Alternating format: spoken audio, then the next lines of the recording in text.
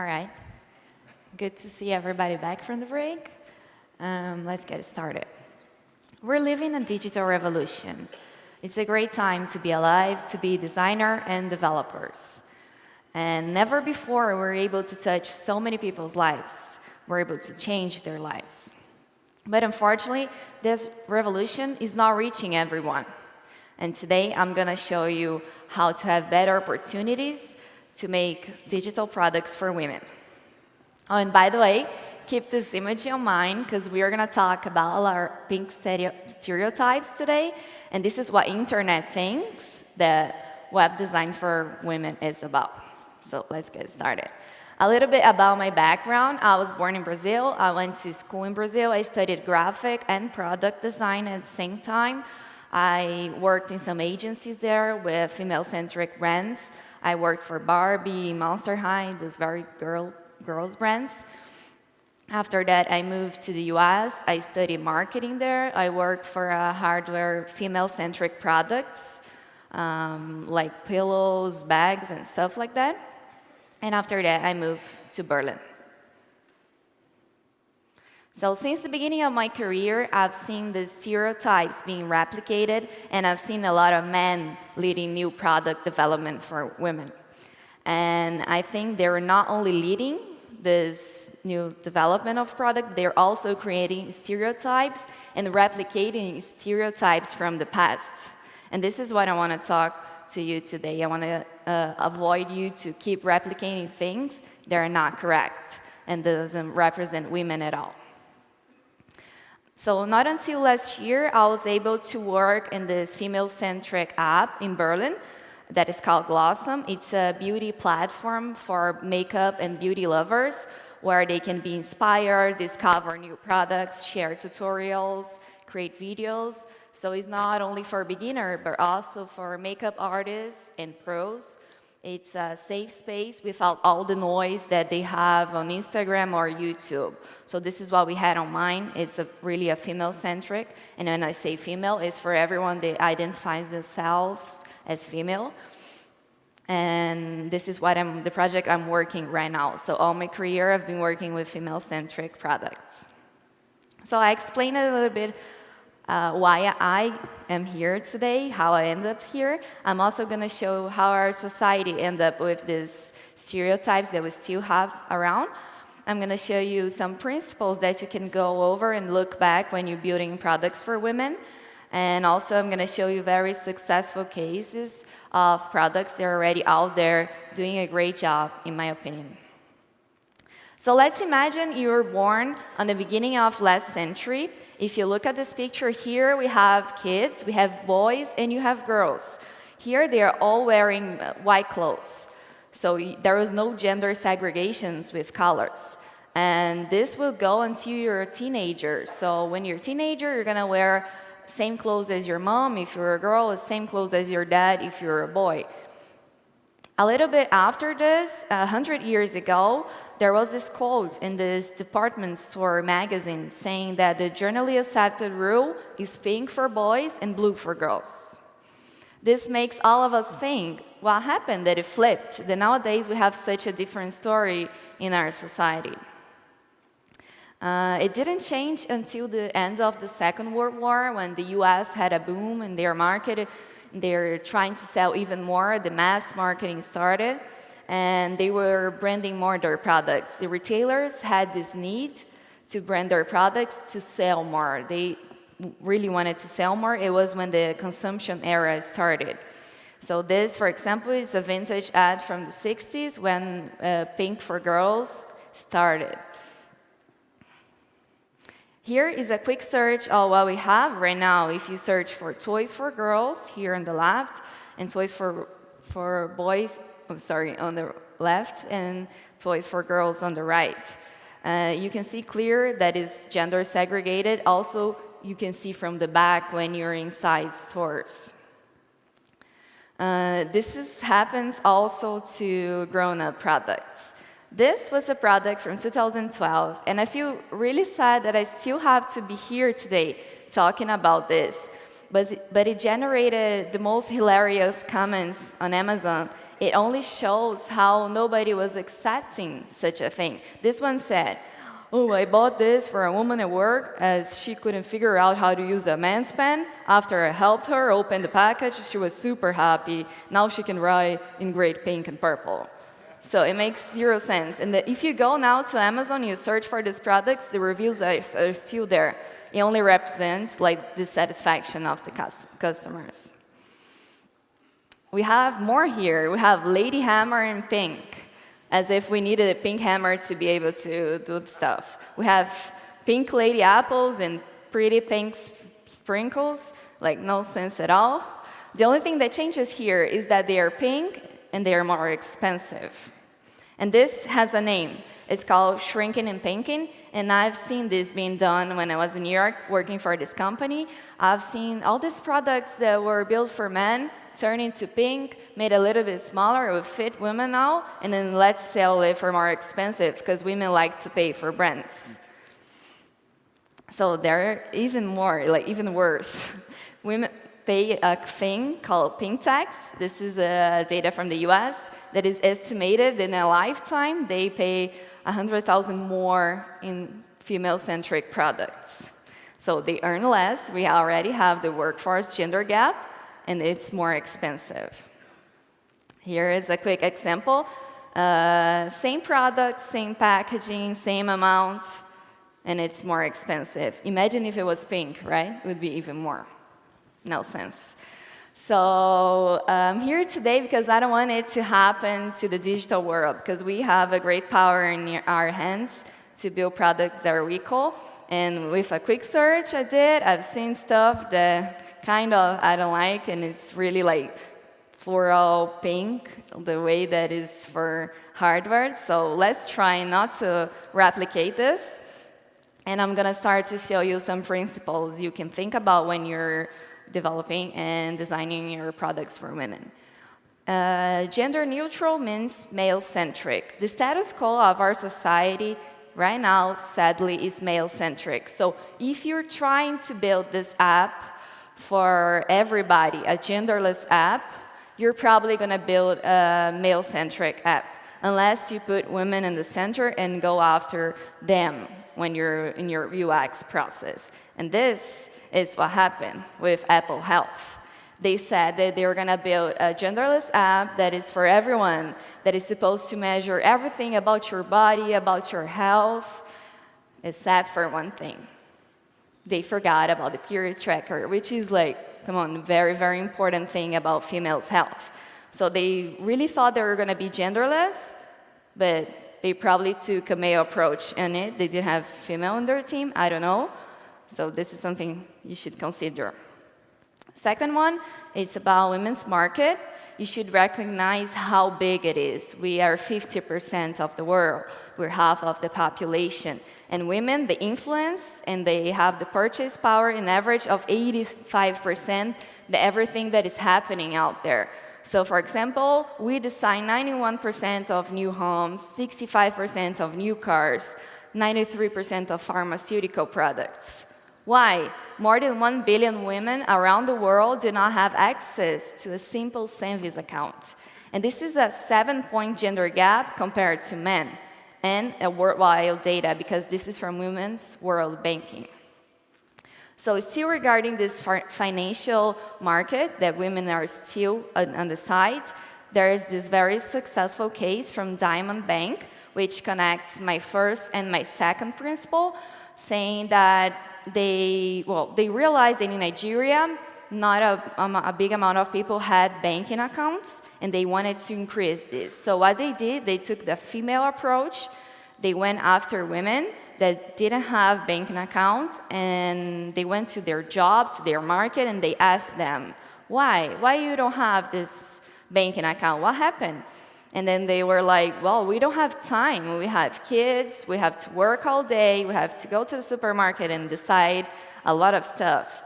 So they created this agent with a smartphone that would go to them, create a banking account, make deposits, make withdrawals, and plan their future. After it was working for all the women, they replicated to men as well, to the whole society, and they were able to increase the amount of people with banking accounts in the whole Nigeria. So first, genderless approach, you have to put women in the center. Second, recognize how big women's market is. Third, identify their needs, and I think this is very user-centric approach that we all know, but if you don't put women in the center, it's going to happen what happened with the Apple Health. And I'm going to show you here some apps that really did it in the right way. So first we have Bumble, which is a female-centric dating app, where it's a very equal space for women, where they can take the first step and decide who they're going to answer, who they're going to date, and the best of all, not receiving creep messages with pictures you never asked for. Second one is the Circle of Six, where you can find 6 very close friends and put their contacts in this app. And when you're feeling unsafe, so this is the need here. You're feeling very unsafe. Doesn't matter if you're in the street or if you're in a campus, in your university, you're feeling unsafe, you can contact your friends real quick. You can call them, ask them to call you, send them a message, and they're gonna try to avoid violence or other really bad stuff that would happen without this app. Another one is the gender timing. This is to detect men interrupting women and trying to speak over them when you're in meetings or in classes or stuff like that. So the amount of men, amount of women, and compared to percentage should be the same. If there's 5 women in the room and 5 men, 50% of the talking should be by women and 50% by men, right? So with this, you can measure if something is going wrong on your meetings. There's another one that is really focused on women's health, where there's a lot of questions already answered about females' health. You have someone you can call, ask your questions, and the need here is that women needed more time, so this is saving time with people that have had the same problems you had before. It's a really nice community. The last and my favorite one, it's Clue. It's for cycle your fertility, PMS symptoms. It's now connected to the Apple's Health. You can connect it. And it's really good because you can have everything in your phone. You can share with your doctor after. You can go over what happened to your last month. So this is really for women's health. So all these apps, as you can see, none of them are pink. And they're solving real problems for women. Fourth principle is female team and womankind. As we all know, still 85% of product designers and engineers are men, so men are still building products for women. And I think until we have this inequality in our society, in our system, I think we should bring women together in a safe space to work on that for them, for us, because at the end of the day, we're the only ones that knows what we really need. So we can increase the conversation and solve better problems. And the fifth and the last principle is don't view women as a single entity. I think that we are all so different, and it's okay if you like pink, but not all of us like floral, hearts, pink, delicate stuff, glitter. And to prove this, I even brought here this study from Jill Halleck, that he interviewed people from 22 different countries around the world to finally found out that women's favorite color is blue. Yeah. And then we like purple, we like green, we like red, black, orange. Pink is not even 1% of women's favorite color. So why we keep using this color that men created back then on the 60s as if women's favorite color? They just guessed, because in the beginning of the century, it was saying that pink was for boys. So we should really know our users and women in general to create our apps. So men's favorite color, the only thing that's different is they really like blue. So maybe you should start doing blue stuff for men more. So we're all brought different. We have different backgrounds, different cultures, and we have different problems as well. So you really have to go after women's problems, try to solve it, and then after that, you can think about the branding you're gonna build for them.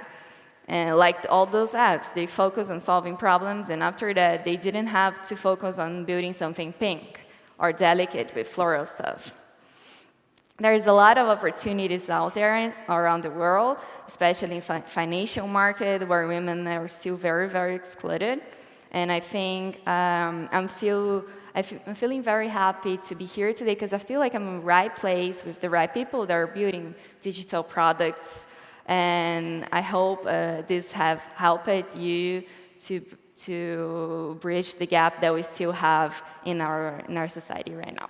So a quick recap here is when you're taking a genderless app approach, put women in the center and then replicate it for men. Because if you say, I'm going to build something genderless, you're going to think about men. Second one, recognize women's market and how big it is. Recognize women's needs. Sometimes they're different from men's because we have different routines, we have different stuff in our lives. So don't base your products in assumptions.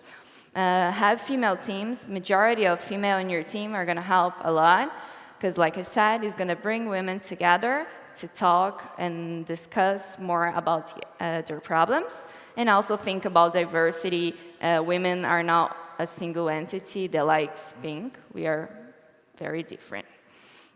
So I'm very open to questions right now, and also through email to continue this discussion. I don't want to end this here because I think it's something that needs to be open to be talking more.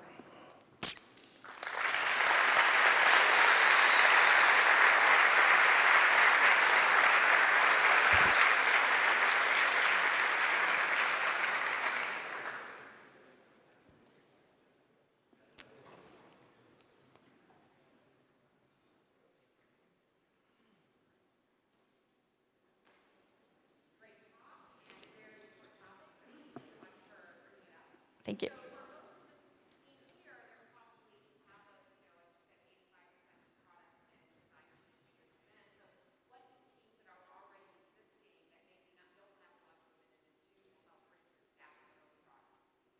So, like I said, they should not just base their developing their design process in stereotypes and in thinking they're building something genderless, because we have this status quo that is like already in our minds. We're not really like aware that we're thinking as men, because this is our society right now. So I think maybe interviewing more and more women so they understand their minds. But the best thing to do, of course, would be to bring women in their team. I hope I answered. Thank you. Any other?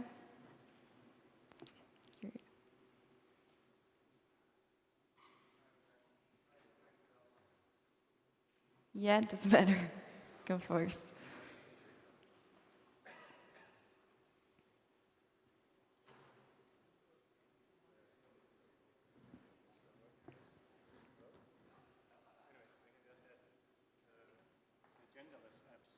Mm-hmm. Healthcare, it wasn't just an exception. All genderless apps like failures, like the healthcare Mm-hmm. I mean, the healthcare failed to implement the menstrual cycle, but isn't there like a successful story of a company making an app which is genderless and fulfills the needs of both men and women? Mm-hmm. I think that you're saying. Yeah, sure. So he was asking that if the health app from Apple was not just this exception, if not all the other apps that are genderless fulfill the needs of women.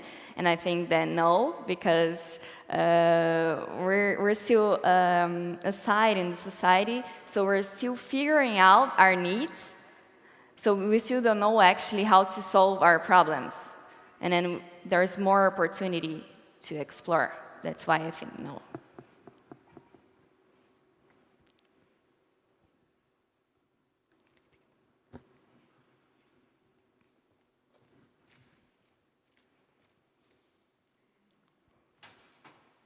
Hi. Hi. So you already said that there is inequality in the percentage of female and male in IT, let's say. So where to find female workers that will help you if you need to make a female specific app?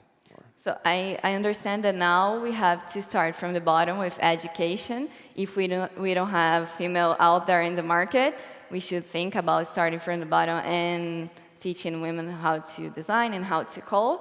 But otherwise, you have to search on the internet for women without jobs. Okay, thank you. Can you give some example of I'm sorry, where? I'm here. Oh. Can you give me some examples of applications made for men? For men? Specifically for men. Yeah. So there is this other one that is about biohacking that was not available for women. And then as we know, we have different hormones. And this biohacking app was only for men. Okay, but it's nothing like mainstream application. I mean, Facebook, Instagram, those applications, it can be used by women. What the problem? No, this can be used for women. Yeah, and Facebook has a blue color, and everybody like it. Yeah. There's no problem.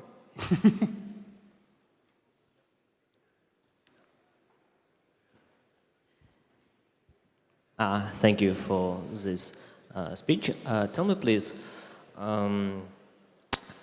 as I guess, as I understood you, currently Apple mobile applications market is disbalanced toward male-centric apps. So I think there is a lack of women-specific apps. And if I got this right, tell me please, what app do you want, do you need? Which app targeted to women will blow the market? Okay, yeah, I don't have now an idea, but what I think you should go after if you want to build an app for women, go to countries that are undeveloped countries like Nigeria or Brazil, South America. You're going to find women that have a lot of problems there, and then you can help them building some products. They'll make their lives easier. Maybe any ideas right now? Because I don't know when I go to Brazil, for example. Maybe India, but you know, mobile apps in India, I'm not sure I go there. I don't have any ideas right now, sorry. Okay, okay, thanks. No problem. So you said before that the change starts from changing the education, but I think it also starts from people like you coming here and talking about this topic. So thanks for giving this talk here. Mm-hmm.